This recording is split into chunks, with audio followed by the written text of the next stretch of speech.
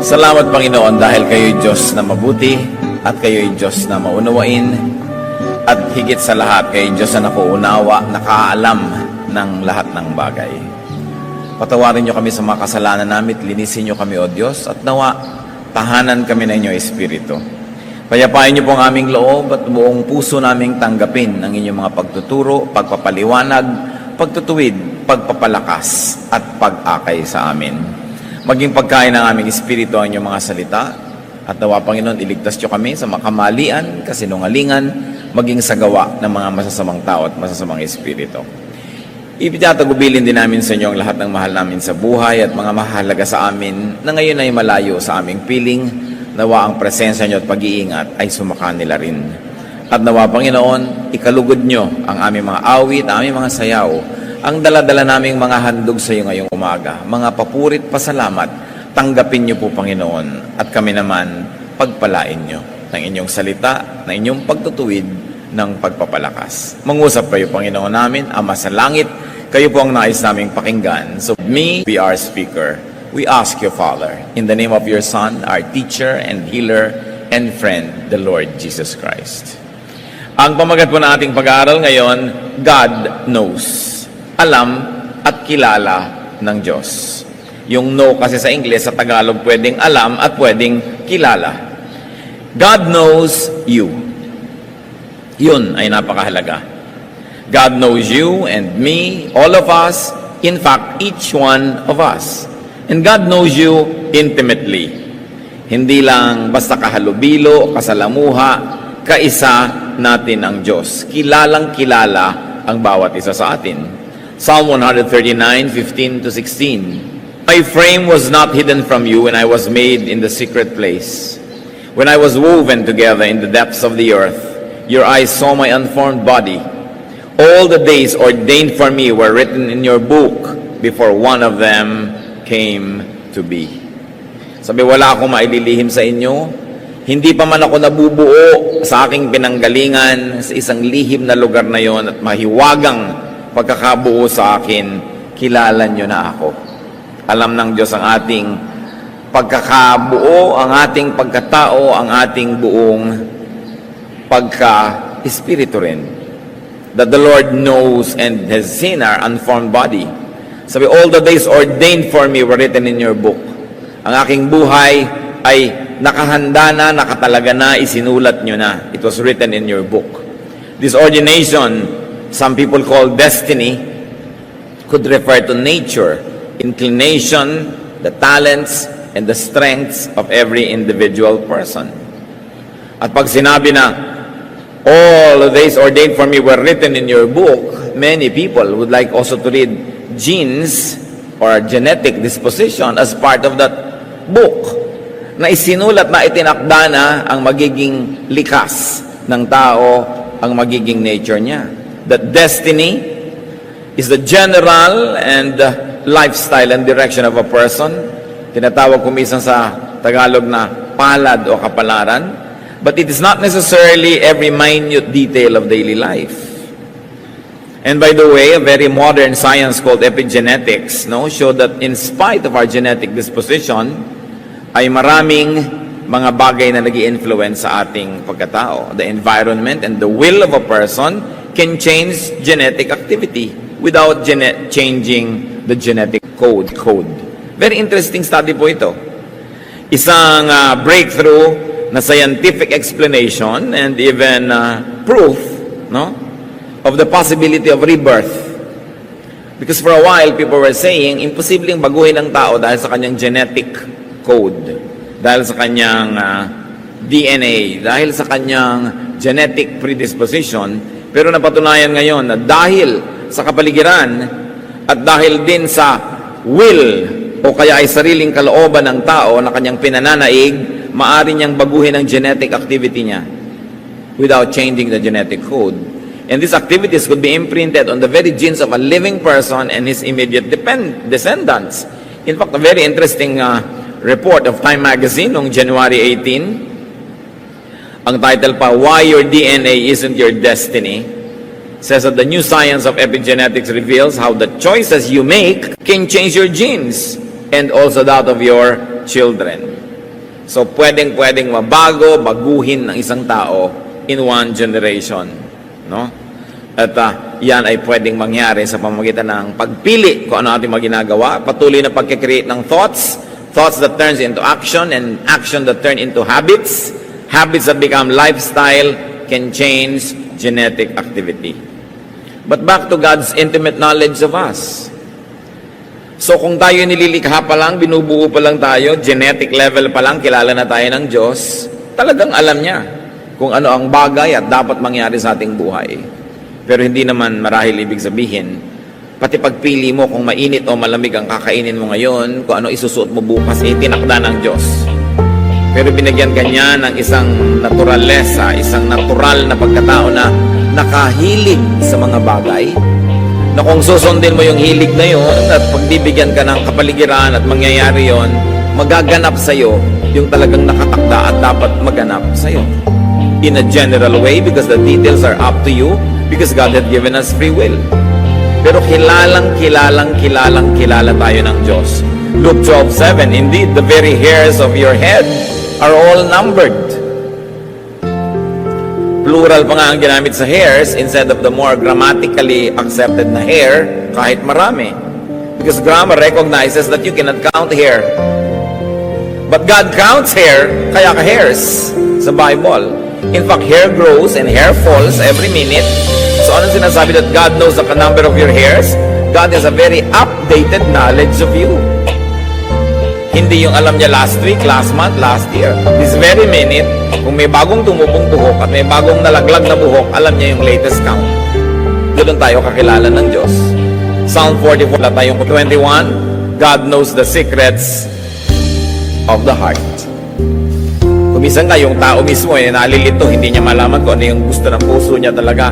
Pero yung Diyos alam. God is your closest confidant.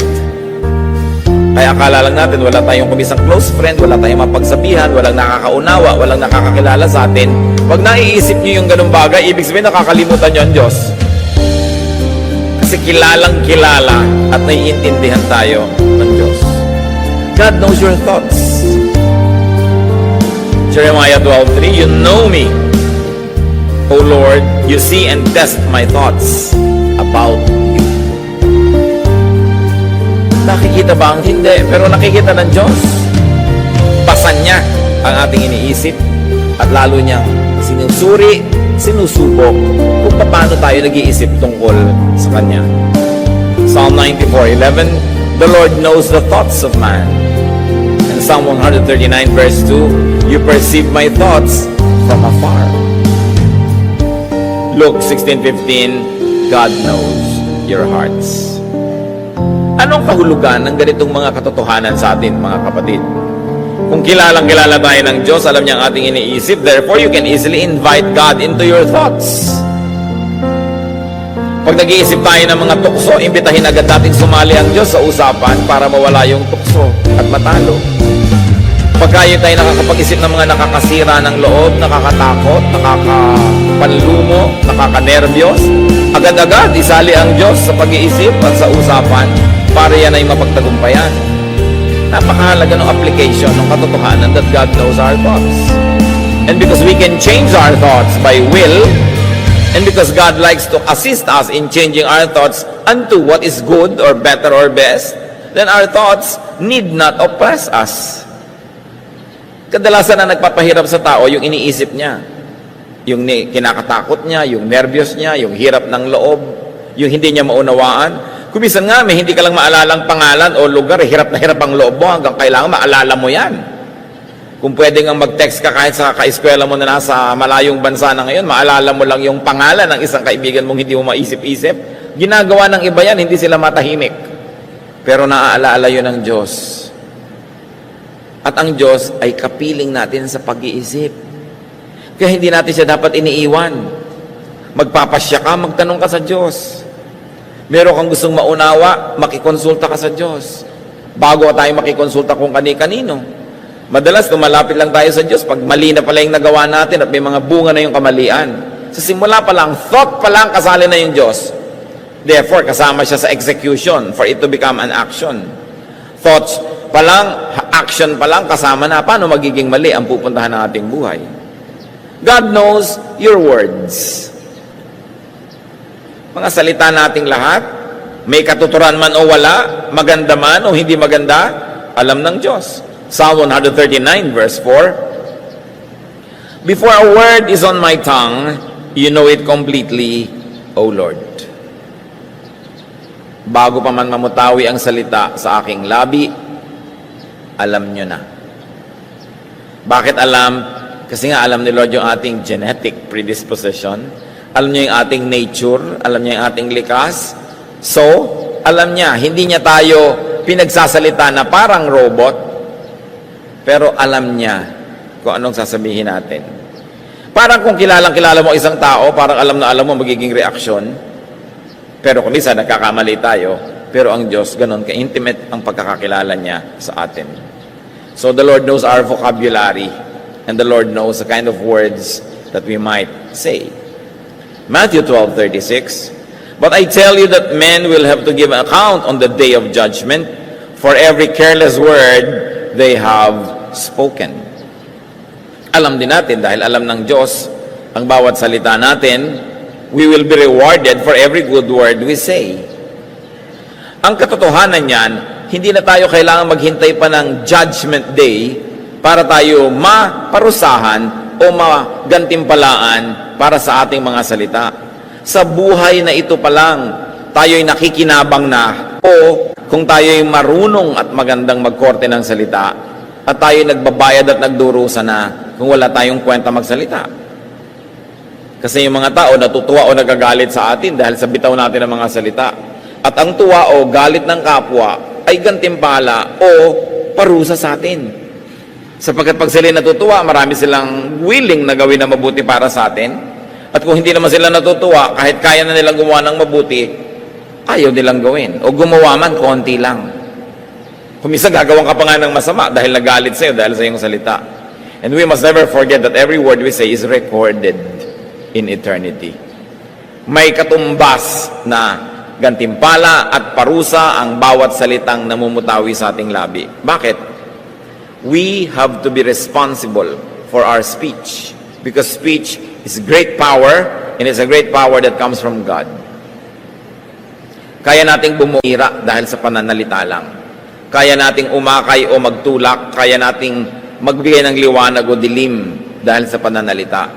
At ito ang isang kailangang lubos na makontrol ng tao ang kanyang pagsasalita. Alam ng Diyos lahat. Ngayon, kahit hindi natin i-verbalize, nasa isip pa lang, alam niya na rin kasi alam niya yung thoughts. Paano tayo maglilihim nun? Ang masarap na comfort dyan, bawat naman mabuting iniisip mo, alam din niya. Kaya kumisan, kahit hindi ka nare-recognize ng iba, nire-recognize ka ng Diyos. Sabi niya, what is seen in secret will be rewarded by the Father in heaven. Very importantly, God knows your feelings. Kumisan, nagdaramdam tayo, at nadaragdagan yung pagdaramdam, kasi hindi man lang napansin nung pinagdaramdaman natin na nagdaramdam na pala tayo. Nag-iinarte ka na pala, wala pa nakakahalata. Lalo tuloy kang lumulungkot at nagagalit. No? Yun pala, 3 araw ka nang hindi kumakain sa pagdadabog, wala pa rin nakakapansin. No? Sumasama tuloy ang iyong lagay. But God knows your feelings. Psalm 139 verse 3, You discern my going out and my lying down. You are familiar with all my ways. Kabisado niyo po ako, O Diyos. And what does it mean to us? That God can be our best friend. Nasikap na ba natin na kaibiganin ang Diyos? Oo nga, ang Diyos ay mataas, ang Diyos ay majestic, glorious, pero gusto rin niya makipagkaibigan sa atin. Kung minsan, we feel deprived of friendship, we feel poor because we don't have enough good friends, but maybe because we forget that God can be our first, foremost, and best friend. Hindi ibig sabihin na huwag ka na makipagkaibigan sa tao o sa pet mo kung gusto mo pa rin, pero ang mahalaga, dinadevelop natin ang pakikipagkaibigan talaga sa Diyos. Because through Jesus Christ, God had become our friend. Na nahihingahan mo ng sama ng loob, na pagsusumbungan, nilalapitan, nahihinga ng mga bagay-bagay, at na-enjoy natin yung kanyang company. Pag lagi tayong umiiwas sa pag-iisa, hindi natin nadidiscover yung ligaya na makapag-solo kasama ang Diyos lamang. Bagamat we were created socially, that we should interact with other people, but the beauty of aloneness is that solo-solo kayo ng Diyos, kayo lang. Walang abala at nakakapagniig talaga kayo. It is something that we should enjoy, especially kung talagang wala kang choice at wala kang makasama, alalahanin mo uli ang Diyos. Alam niyo, maraming pag-iisa. Kung lumalabo ang iyong mata, lalo pa nga at dumidilim talaga at nabubulag ka pa kumisan, kahit marami kang kasama, pwede kang matuksok na dahil hindi nila lumusan o unawaan yung kalagayan mo. Pero alalahanin mo ang Diyos kasama mo, nasa puso mo, nasa isip mo. At yung hindi mo nakikita, nakikita ng Diyos para sa iyo. Kaya maaari nating makita yung daigdig, makita ang mundo through God. Yung mga nalulumpo, mga hindi makalakad, kung ano man ang kapansanan or old age, hindi ka na makapunta sa dapat mong puntahan. Kung minsan second floor lang ng bahay mo, hindi mo na maakyat. Pwede mo ngang marating kalangit-langitan through God eh. Kaya kung ang ating masyadong inaayos at dinedevelop, pakikipagniig sa Diyos, malalampasan natin ang mga limitasyon ng katawan. Limitasyon ng ating paa, ng kamay, ng mata, ng tainga, maging limitasyon ng ating isip o damdamin o puso dahil ang Diyos walang hanggan. So God is our entry point. God is our door into the eternal, into the everlasting, into that which is spaceless and timeless. And that becomes even more precious when you begin to be saddled with the reality of humanity, of mortality. Na kung minsan hindi na nagfa-function ang isang mong kidney, o mahina na ang iyong puso, o may karamdaman ng mga iba't ibang bahagi ng iyong katawan, pero sa pamamagitan ng buhay ng Espiritu na nasa atin, pwede pa rin nating malasap, maramdaman ang ligaya ng buhay, kahit isa-isang nagsasara yung mga bintana na physical ng ating buhay, at parang dumidilim pag nagsasara yung mga bintana, pero yung liwanag na nasa kalooban natin, yung liwanag na isinilang kasabay natin, yung na dapat natin lalong kilalanin, kaibiganin, at kasamahin sa buhay. Kasi yun ang liwanag, yun ang saya, yun ang musika, yun ang tunog, yun ang kulay, hugis, galaw, na hindi maaring agawin sa atin ng anumang physical limitation. Pag masyado tayo naging physical at nilimit na lang natin yung ating buong consciousness to that which is perceived by the physical senses, it is so easy to be sad. Kasi kung minsan humihiram ang iyong pandinig, lumalabo ang iyong mata, humihina ang iyong mga movement, nagkakaroon ka ng mga sakit sa muscles, sakit sa mga internal organs. But the quicker that the body disintegrates, the more inevitable, in fact, the quicker eternity comes. Sapagkat ang tunay nga niya ng sinasabi, yung pagpalya ng katawan natin hanggang sa extreme nito, kamatayan nito, yun ang tunay na pinto para makapasok tayo dun sa buhay na iba, walang hanggan at spiritual. Of course, we were wired to appreciate and even to love life on this earth and in this body. But if that kind of life begins to be less and less, you know that there is something that becomes more and more. Kasi walang vacuum. And vacuum always attracts something. So pag lumiliit na yung mundo mo physically, nagkaka-espasyo para lumaki yung mundo mo spiritually. All the more that we should develop our spirituality and our fellowship with God. At madali sapagkat kilala niya tayo. God knows your actions. Revelation 2:19, I know your deeds, your love and faith, your service and perseverance. Maraming naglilingkod sa Diyos, masaya na kahit hindi sila mapansin ng iba, kasi alam naman nila pinapansin nyo ng Diyos. Meron din naman mga naglilingkod, masama loob, pagka hindi nare-recognize, hindi napapalakpakan, hindi nakikilala, maaari natin dapat na suriin kung sino bang pinaglilingkuran natin, ang pagkilala, ang palakpak, ang recognition ng tao, o yung Diyos na nakakakita ng lihim. At sapagkat wala namang lihim sa Kanya, at siya ay Diyos sa makatarungan, alam niyang gantimpalaan ang lahat ng mabuti nating ginagawa, lalo't sikreto. Mas gusto ng Diyos yung mga sikretong mabubuting gawa. Sabi niya, do not sound trumpets before you when you give alms to the poor. Huwag na kayong tumawag ng pansin pag gumagawa kayo ng mabuti. Nagbibigay kayo ng inyong mga abuloy, mga handog, mga ambag. Huwag na kayong magpakilala pa. Sapagkat ang nakikita ng Diyos na lihim na nagbibigay ay lalo niyang kinalulugdan. At lihim niyang ginagantimpalaan. Mabuti na nga kung ang gantimpala ng Diyos sa'yo, lihim, kung alam ng lahat ng kamag-anak mo, baka salakayin ka agad. Mabuti nga yung lihim para nakakabuelo ka naman. Gusto natin lagi, public na public. So, nababaligtad. Why does God know you and me? Ba't niya kaya tayo kilala? Because God knows man. Because God lives in man. God knows man because God lives in man. Wala siya sa langit lang. Nasa puso natin siya. Wala siya doon lang sa mga ulap o sa malalayong mga planeta at bituin. Nasa kaloob-looban siya ng ating diwa. Genesis 2:7, the Lord God formed man from the dust of the ground and breathed into his nostrils the breath of life, and the man became a living resuscitate being.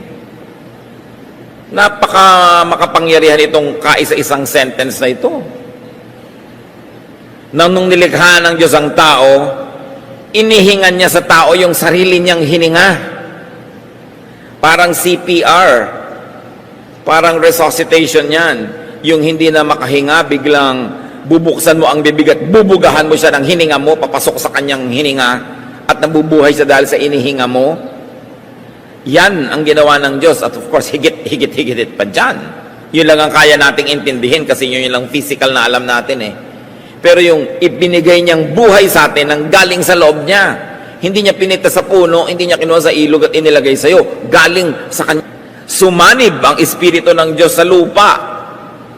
At yung lupa na sinaniban ng kanyang Espiritu, yun ang naging tao. May bahagi na galing sa Diyos, may bahagi na galing sa lupa. Hindi lang siya lupa at hindi naman siya Diyos. Pero nasa kanya ang Espiritu ng Diyos at nasa kanya yung katawan ng lupa. Mahiwaga, makapangyarihan, napaka-special ng tao. God's Spirit is given to man. God's Spirit lives in man. And God's Spirit will return to God after death. Pag ninamnam nyo to, ang sarap-sarap mamatay. Dahil biruin mo, babalik na yung espiritu mong ipinahiram, babalik sa Diyos, never the same. Yung espiritong galing sa Diyos, inilagay sa lupa, naging tao, at dahil yung espiritu na naitumira sa katawang lupa, naranasan noon ang hindi kayang maranasan ng espiritu lamang na walang katawan. Kaya napayaman din ng human experience yung espiritu. The Spirit of God is all the potentials because this is the Spirit of God. But it's only a potential. It is not physically real until it takes on a physical body. Therefore, God, in glorifying Himself, in continuously enriching Himself, sent parts of Him to each of one of us. Ipinagkatiwala niya ang kanyang espiritu sa lupa, naging ikaw, naging ako, naging tayong lahat. Kaya tayong lahat nga galing sa Diyos. Kaya lahat ng tao magkakapatid. Pero binigyan yung katawan mo ng ito 20/20 vision, ito iba vision, iyon kayang tumalo ng mataas, iyon kaya namang lumangoy ng mahaba, ito kayang mag-isip, ito ang galing sa math, iyon pwedeng magsayaw, iyon pwedeng mag-music. So lahat na yun ang galing ng bawat tao na yan, pag sinundan niya at binigay niya sa Diyos at ginamit niya sa mabuti, pag hiwalay ng espiritu niya sa katawan, babalik ang espiritu sa Diyos na lalong mayaman kaysa dati. Kasi naranasan niya ang hindi kayang maranasan ng espiritu lang. Dahil siya nagkaroon ng katawan. At lahat tayo ngayon, pagbalik natin sa Diyos, magiging bahagi muli ng iisang Diyos. That's why we will all be changed and we will be like Him. Yan ang sinasabi sa Bible. Huhubarin natin ating lupang katawan ng kanyang mga kapintasan at mga kakulangan at babalik tayo sa glorious state of being spirit, one with God and one with each other. Kaya sa church na nga ang pinaka-embassy ng langit. dito pa lang nagpa-practice na tayo, kaya brotherhood, sisterhood, kapatiran, kasi ng tunay nating status. Ecclesiastes 12:7, and the dust returns to the ground it came from, and the spirit returns to God who gave it. How can it be clearer na bumabalik sa Diyos ang Espiritu? God lives in man, God lives in the human body. Masdan ninyo ang inyong katabi. Sige na. Tingnan ninyo, sabi. Nakatira dyan ang Diyos. Siyempre, may iba ding nakitira, no? May squatter dyan. Kaya kailangan medyo ilagay sa lugar yung informal settler na yan, no? Pero ang nakatira sa tao, Diyos.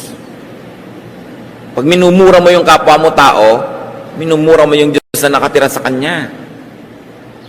Pagka nilalait mo, iniinsulto mo, iniisnab mo, minamaliit mo yung Espiritu ng Diyos na nasa taong yan. Pag sinasaktan mo, pinagtataksilan mo, kinakawawa mo, ginugutom mo, ginagawa mo yun sa Diyos. Kaya ang sabi ni Jesus, whatever you do to the least of this, you do to me. Meron ka bang pwedeng gawin sa kapwa mo na hindi mo ginagawa sa Diyos? Nakatira sa Kanya yung Diyos. Bagamat may squatter din, ha? Dapat malinaw yan. 1 Corinthians 6:19, do you not know that your body is a temple of the Holy Spirit, who is in you, whom you have received from God? Ganun kahalaga yung tao. Kaya kung kaya mong sagitin yung taong batang natutulog sa kalsada, mabigyan siya ng shelter, ng makakain, gawin mo yun. May alang-alang sa Espiritu ng Diyos na nasa Kanya. Kaya dapat nating lutasin ang poverty. Bawat tao binigyan ng Diyos ng kakayahan at talento para yun ay mamulaklak, magbunga, at maranasan ng Espiritong inilagay sa Kanya yung dapat maranas in accordance with the giftings given to the person. Pero pinakamalaking humahad lang dyan, poverty. Maraming magagaling na pianista, hindi man lang makapag-piano. Ni pianono nga, hindi maka-afford. Dahil walang pera. Ang dami naman pera sa planeta, bakit nasa bulsa lang ng mga politiko? Diba? Ang dami-daming pera sa planeta, nasa bulsa lang ng iilan. Ang daming pagkain sa planeta, nasa sikmura lang ng konting tao. Napapansin nyo ba, ang daming magagandang view sa Pilipinas, mayayaman lang yung nag-e-enjoy? Because of the disparity in economics and politics. Kaya yung corruption, yung pagnanakaw, yung hindi pagiging tapat sa yung mga sinusumpaang tungkulin sa publiko, yan ay kalapastanganan sa Diyos. Because any high position, private or public, is God's trust.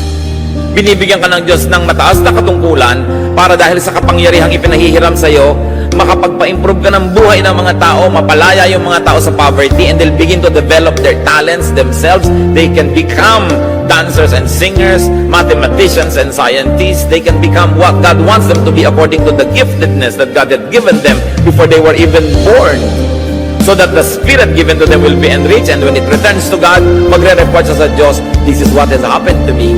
Na-develop ko ang talent, naranasan ko ang dapat maranas, naibig ko ang dapat ibigin, tumanggap ako ng pagmamahal, I became one with humanity and with nature, now I return to God. Kung may nalilito pa sa atin kung anong misyon ng buhay, yun. Na tayo pilgrims, dumadaan lang sa earth, ba't ba pinapadaan pa? Bakit ba ang Espiritu ng Diyos ay ipinahiram-hiram pa sa tao at nananahimik na lang sana sa mga kung saan man nandun? Because without the Spirit joining the physical body, experience will be impossible. Kaya ginawa tayong templo kasi gusto ng Diyos na magkaroon ng physical templo. At malinaw sa Bible that the temples of God are not stick or stone or steel or metal. Sabi, God does not live in shrines made by man. He does not live in temples made with human hands. But His temple is the body of the believer. And the temple, you are. Yun ang sinasabi sa Bible. Kaya pag hindi mo inaalagaan yung katawan mo, hindi ka nagpapahinga, or hindi ka nagtatrabaho, yan yung dalawang extreme pareho yan na paglapastangan sa Diyos. Because God ordained work and rest. Kasi alam niya ang katawan ng tao, kailangan yon. Why the excursion of the spirit into flesh? Because God experiences material life through man. Doon kahalaga yung tao.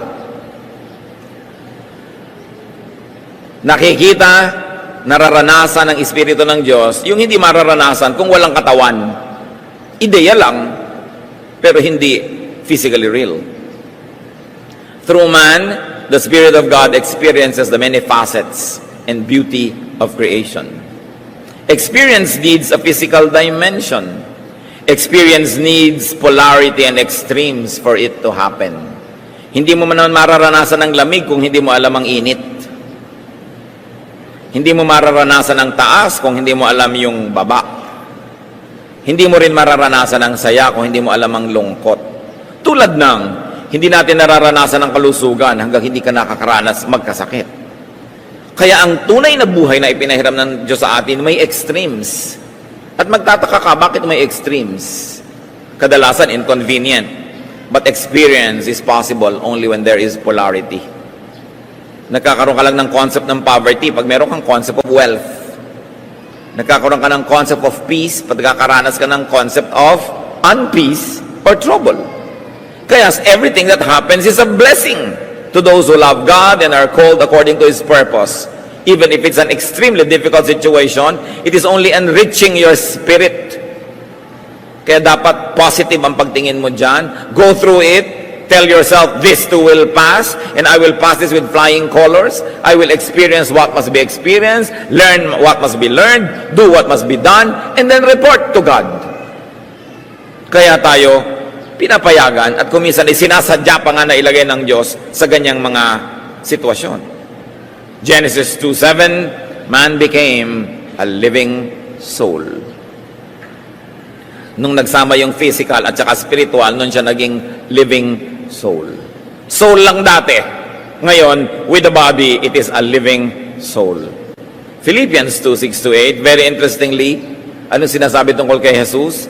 He made Himself nothing, taking the very nature of a servant, being made in human likeness, and being found in appearance as a man, He humbled Himself and became obedient to death, even death on a cross. Nakita natin yung polarities dito, mga kapatid.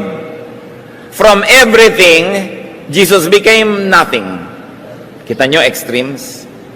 He took the nature of a servant from Lord to servant. And He was made in human likeness, from spirit to human likeness. So He was found in appearance as man. From glory to humility, He humbled Himself. And then from life, He experienced death. Through His Son, the Lord Jesus, God in heaven experienced death. And then to live again. Everything was polarized. In the person of Jesus, all the breadth and width and length of human and spiritual experience happened. Yun ang isang himala ng kanyang buhay.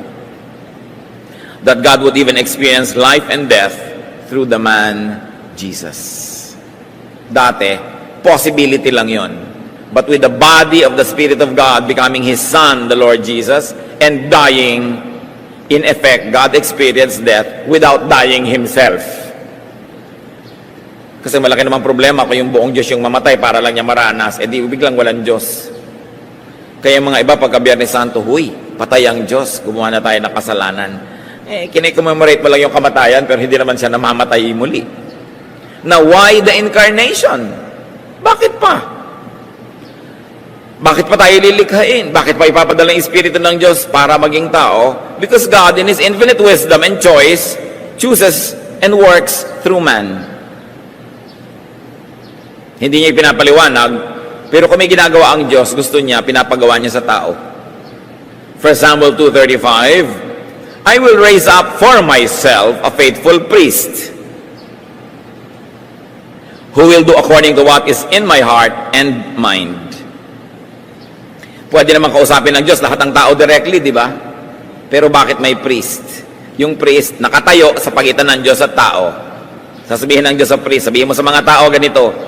Sinabi naman ng priest, Yung mga tao naman, may request sa Diyos, papadaning kay priest. Sabi naman ni priest, o sabi po ng mga tao ganito, o sumasagot naman ng Diyos, nakikita nyo ang daming ganyang pattern sa Old at maging sa New Testament. Sabi niya, ako ang magtatayo, paghihirang sa isang tagapamagitan. Yun siguro ang magandang Tagalog sa priest, tagapamagitan. No? Ang ganon. Nasusunod sa gusto ko. Yung ipinapasabi ko ang sasabihin. Hindi dadagdagan, hindi babawasan, hindi magpapacute, hindi magpapapopular. Pag ipinapasabi ko, yun ang sasabihin. At sa katunayan, yan ang mga powerful preachers. Yung pag ipinapasabi, sinasabi nga, tamaan ang tatamaan, matuwa ang matutuwa, pero yung gusto ng Diyos sabihin, sinasabi. Kaya ang mga tunay na mga anak ng Diyos, nasakta na nga, nagkadurog-durog at nagkabugbog-bugbog. Simpa, wow, I'm blessed. No? Yan ang talagang attitude na maganda, yung alam mong tinamaan ka at nasaktan ka, pero alam mong dapat ka naman talagang tamaan eh.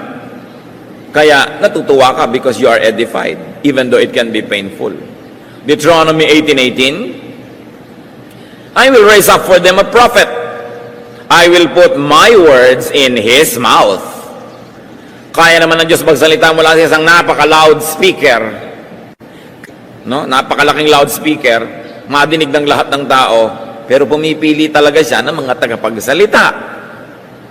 Style niya yun eh. So, susunod na lang tayo. Ephesians 2:10, for we are God's workmanship, created in Christ Jesus to do good works, which God prepared in advance for us to do. What does it mean? Hindi ka pa ipinapanganak, may assignment ka na. Kaya ano ang misyon ng buhay? Hanapin mo kung ano ang iyong misyon. Ang iyong assignment. Nasabi ng Diyos, gawin mo ito, pagkatapos ng buhay mo dito, uuwi ka sa Diyos, magre-report ka, anong ginawa mo? Napaka-importanting maintindihan yon. Once more, yan ang problema sa poverty. Dahil ang mga tao, isang kahig, isang tuka, hindi na lang kakaroon ng oras mag-isip kung anong kahulugan ng buhay. Puro na lang kasi pag-aagaw buhay ang nangyayari. What is my talent that should be developed so I can experience for the Spirit of God what can be experienced only through my body? Everybody is unique. Kaya dapat lahat may papel sa buhay. Pero kung nauubos ang mula umaga hanggang gabi mo para ka lang kumita, at yun ang malungkot na katotohanan sa maraming tao, ibig sabihin we are failing the agenda of God. That's why the people of God must wage war against poverty, must expose and fight corruption, must make wealth and redistribute the wealth of the planet through political, economic, and social power. Kaya maganda yung may power kung ginagamit mo para sundin mo yung kalooban ng Diyos to distribute. So everybody will develop. Nakakalungkot, meron ang galing-galing na pintor pero hindi na siya matutuloy magpinta dahil nawasak na yung kamay niya kasi sibak ng kahoy. Kasi kailangan niya mabuhay. So, anong ginawa? Nilikha ba siya ng Diyos? Taga-sibak ng kahoy? Taga-buhat ng crane? Dahil yung crane sira. So, pati crane binubuhat na. Hindi masamang gawin. Pero hindi lang yun ang dahilan. Kaya tayo nabubuhay. John 6:38, for I have come down from heaven, not to do my will, but to do the will of Him who sent. At lahat tayo ganun, may assignment. Kaya mahalagang lumalagay ka sa lugar at ginagawa mo kung ano yung tama. One way to know your assignment in life, look at your natural talents. Colossians 2:9, in Christ, all the fullness of the deity lives in bodily form. Ang buong-buong kabanalan, kaluwalhatian ng Diyos sa langit ay nabuhay sa loob ng katawan ni Jesus. At ganon din ang gustong mangyari ng Diyos sa atin. That He lives in us, that we are His priests and servants and spokespersons, so that we do what He has assigned us to do.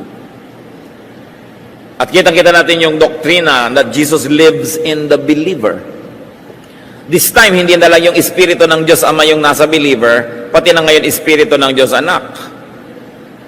John 3:16, whoever believes in Jesus shall not perish but have eternal life. Pag naniwala ka kay Jesus, yung Espiritu niya tumitira sa iyo. Bakit? Kasi yung original spirit na ipinadala ng Diyos, nadumihan na. Nagkabalubaluktot na, nagkakupi-kupi, nagkapira-piraso, nagkawasak-wasak. Kasi sabi, the spirit that sins dies. Sabi ng Panginoon kay Eva at Adan, on the day that you eat of this forbidden fruit, you will die. So may namatay. Yung spirito na unang ibinigay sa kanila, namatay. Spirito naman ni Jesus ang sumanib sa iyo at sumama sa iyo at nakaisa sa iyo para mabuhay ka muli. Na-revive. Kaya bago ka na. Sabi sa 2 Corinthians 5:17, if anyone is in Christ, he is a new creation. The old is gone, the new has come. So the believer lives in Jesus. Jesus lives in you, you live in the believer. In Jesus rather. 1 John 2:6, whoever claims to live in Him must walk as Jesus did. So babalik na uli sa iyong misyon. Kasi nabuhay na uli ang Espiritu ng Diyos sa iyo, baka to mission. Ano bang mission ko sa buhay? Kaya hindi lang isang motif na nadadagdag sa buhay ng tao, si Jesus. Nagkakaroon ka ng mga bagong pananaw, bagong gawain, bagong pagkatao. Acts 17:28, for in Him we live and move and have our being. So God knows. God knows you, God knows your words, God knows your thoughts. Kasi kasama natin siya. Kaya kilala natin niya tayo. So because God knows, rest in God if you do good. Pag gumagawa tayo ng mabuti, pahinga mo ang spirito mo, huwag ka mag-alala sa award, sa reward, sa recognition. Alam ng Diyos. Pagpahinga ka lang. Psalm 58:11, then men will say, surely the righteous still are rewarded. Surely there is a God who judges the earth. Rest. Do not always fight or seek recognition or payment. God knows. 1 Peter 3:12, for the eyes of the Lord are on the righteous, and His ears are attentive to their prayer. And because God knows, inversely, beware if you do evil. Kaiingat ka kung patuloy kang gumagawa na mali. Kasi alam din ng Diyos. Proverbs 14:14, the faithless will be fully repaid for their ways. Ecclesiastes 3:17, God will bring to judgment both the righteous and the wicked. For there will be a time for every activity, a time for every deed. Susuriin bawat ginawa natin. So tayo mananagot sa mga bagay na ginawa habang nasa katawan na ito ang ating espiritu. Imagine nyo, while in the body. So may mga panahon that we will not be in this body when the spirit is released unto eternity. At ano yung good or bad? Hindi lang yung tinatawag nating masama o mabuti. Tinupad mo ba yung mission mo? Dinevelop mo ba ang iyong sarili? Ginawa mo ba ang iyong papel na naka-assign sa iyo according to your giftedness and capacity? Titingnan mo lang naman kapatid yung sarili mo ngayon kung anong meron ka, malalaman mo kung anong tawag sa iyo ng Diyos.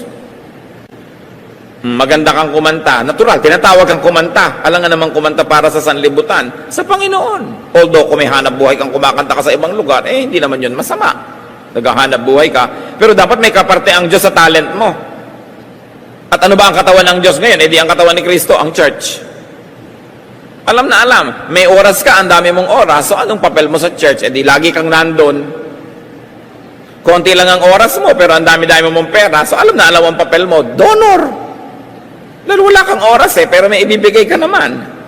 Ikaw naman ay engineer, ikaw naman ay architect, may construction, ang mga kapilya. Alam mo, papel mo, hindi mahirap yan isipin sa buhay.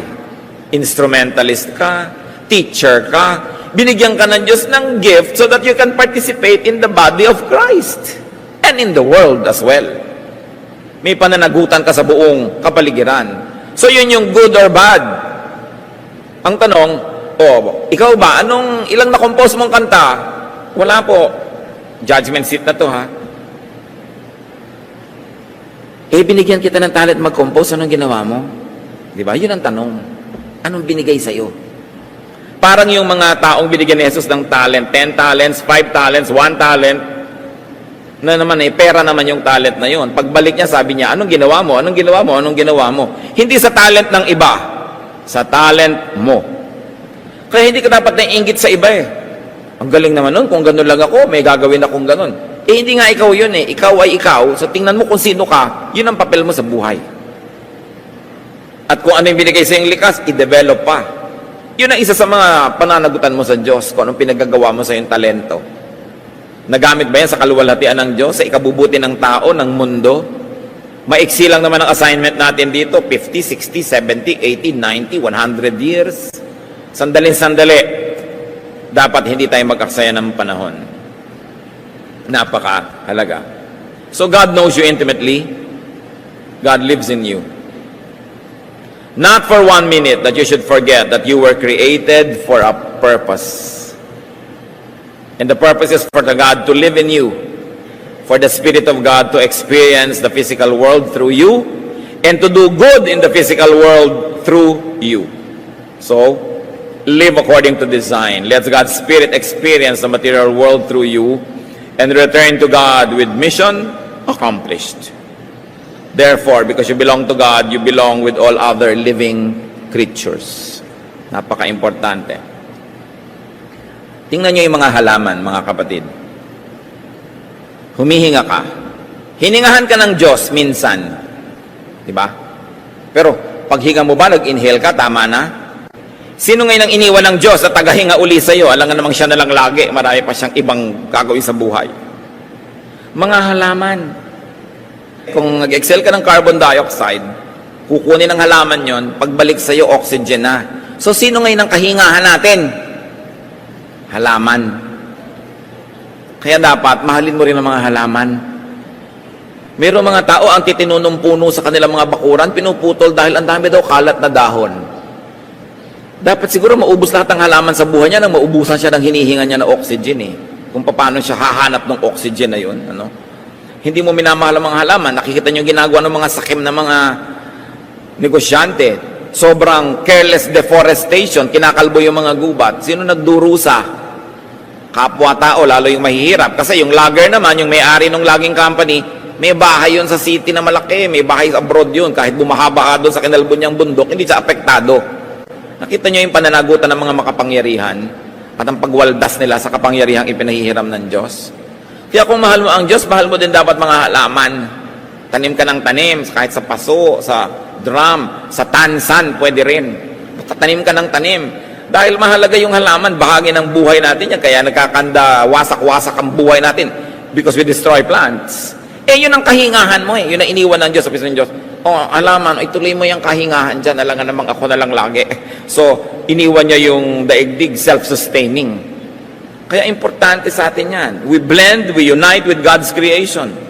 You participate in nature, you nurture nature, and you allow nature to nurture you.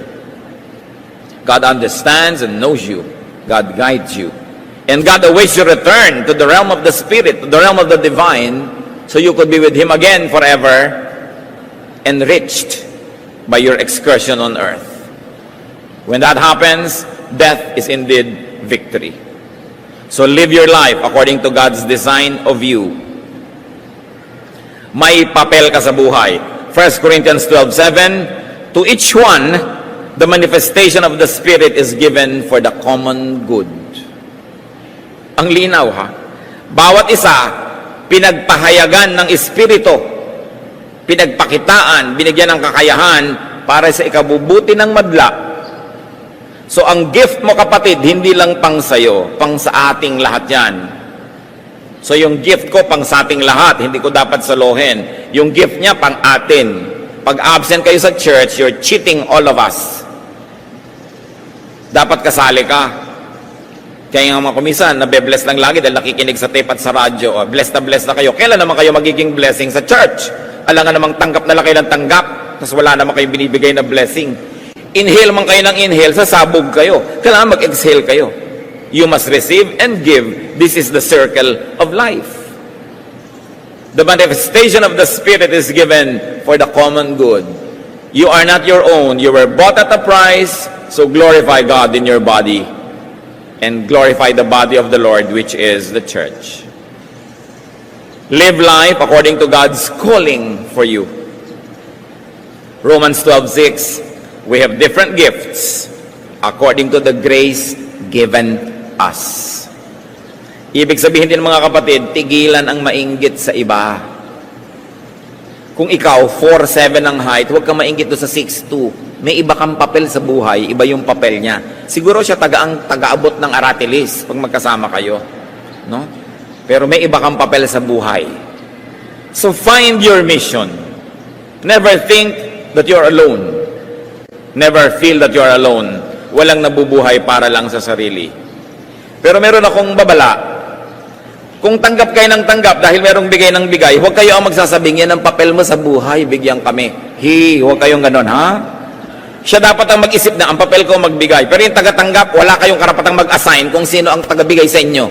Sabihin, kaya ka naman binigyan ng Diyos. Minsan madidilig mo yung sa mga kamag-anak, nakakapanting ng tenga eh. No? Kaya ka naman pinayaman para tangkilikin mo kami. Sino may sabi sa'yo? No? Wala tayong karapatang mag-isip nun. Yung nagbibigay ang magsasabing, ito ang calling ko. Pero yung tagatanggap, no. Quiet lang kayo. No? Huwag kayong mag-assign ng tagabigay sa inyo. Kailangan ang Panginoon na nag-a-assign nun. God is always with you because God lives in you. Ang sarap isipin, kahit kailan, hindi ka nag-iisa. Honor God in your body, honor God in your life. 1 Corinthians 6:19, your body is a temple of the Holy Spirit who is in you, whom you have received from God. Ama namin sa langit, salamat sapagkat kayo ay nasa amin, kaisa namin, at kami nasa inyo. Ipadama, ipaliwanag nyo sa amin ang malalalim, malalawak, makapangyarihang kahulugan ng katuturan na kayo'y nasa amin. Magbulay-bulay tayo mga kapatid, at sa tulong ng Diyos, angkinin natin ang pagpapala sa katotohanan na ang Diyos ay nasa sa atin. Let's bow before the Lord in silence and let the Lord finish His message.